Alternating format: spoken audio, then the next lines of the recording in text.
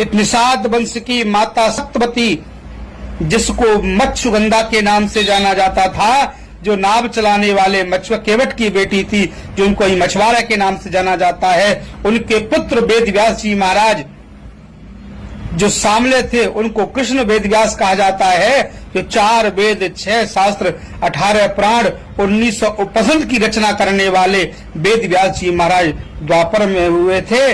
ये निषादों का गौरवशाली इतिहास है।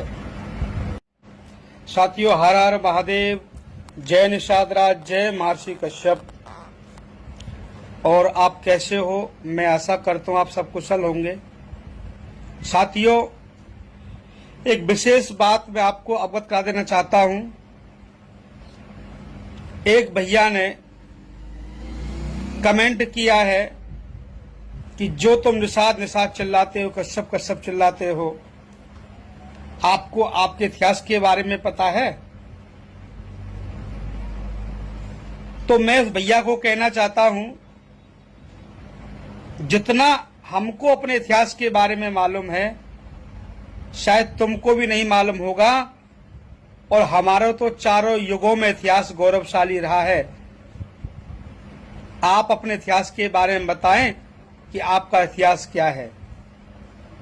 यदि हमारी इतिहास की बात करते हो तो सुनो, सतयुग में हमारे महात्मा कश्यप ऋषि, जिनकी 13 पत्नियों के द्वारा पूरी सृष्टि की रचना का वर्णन मिलता है, मगर दुर्भाग्य से 18 पुराणों में से सारे पुराण मिल जाएंगे, मगर कश्यप पुराण कहीं भी देखने को नहीं मिलता, क्योंकि कश्यप पुराण इन कश्यपों का इतिहास है।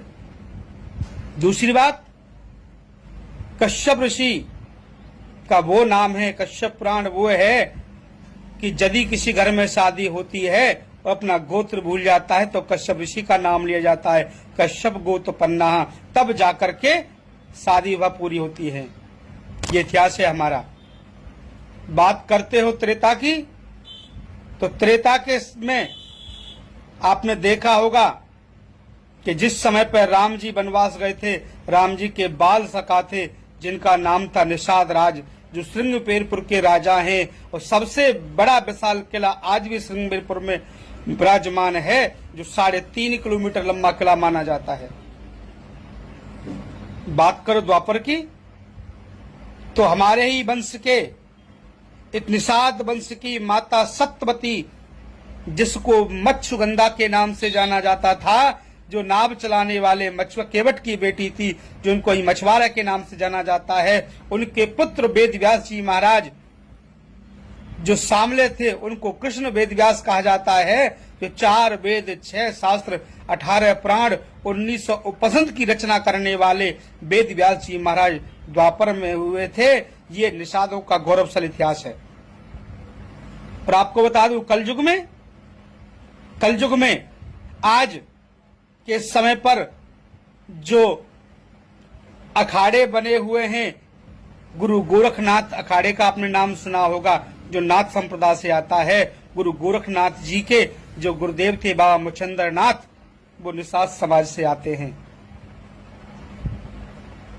और इतिहास की जानने की बात करते हो तो आज के समय पे एर्नाकुलम साउथ में, जिसको अम्मा के नाम से पूरा विश्व जानता है, अमृतानंद माता अम्मा, जो फरीदाबाद में 6,500 करोड़ रुपए का अम्मा ने जो अस्पताल बनाया है, वो अम्मा भी इसी समाज से हैं।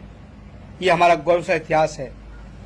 और बात करो शास्त्रों की, बहुत अच्छी कमेंट कर लेते हो आप, आपका क्या वजूद है? तो आपको बता दें हम, इतिहास की बात करो तो महात्मा कश्यप ऋषि भगवान परशुराम के गुरुदेव कहा जाते हैं। ये गौरवशाली इतिहास है हमारा। दूसरी इतिहास की बात करो, देव ऋषि नारद, जो नारायण के नाम का जयकार लगाते हैं, देवऋषि नारद के गुरुदेव भी कालू बाबा धीमर थे, जो हमारे इस वंश के आते हैं। और कितने इतिहास बताएं, यदि ज्यादा भी बताने की जरूरत पड़ेगी तो हम वो भी इतिहास आपको बताने की कोशिश करेंगे। तो आप सबसे निवेदन है और भैया से निवेदन है, जो कमेंट किया है कमेंट करें तो आप बिल्कुल करिए, आपको हर कमेंट का जवाब मिलेगा। तो साथियों, निवेदन है आपसे, निषाद समाज के लोगों से कि इस वीडियो को इतना शेयर करें जिससे कि हर व्यक्ति तक ये बात पहुंचे, हर व्यक्ति तक ये वीडियो पहुंचे, उसको पता चले कि निषाद समाज का, कश्यप समाज का ये गौरवशाली इतिहास क्या है। तो आप सबसे निवेदन है, जय निषाद राज, जय महर्षि कश्यप, हर हर महादेव।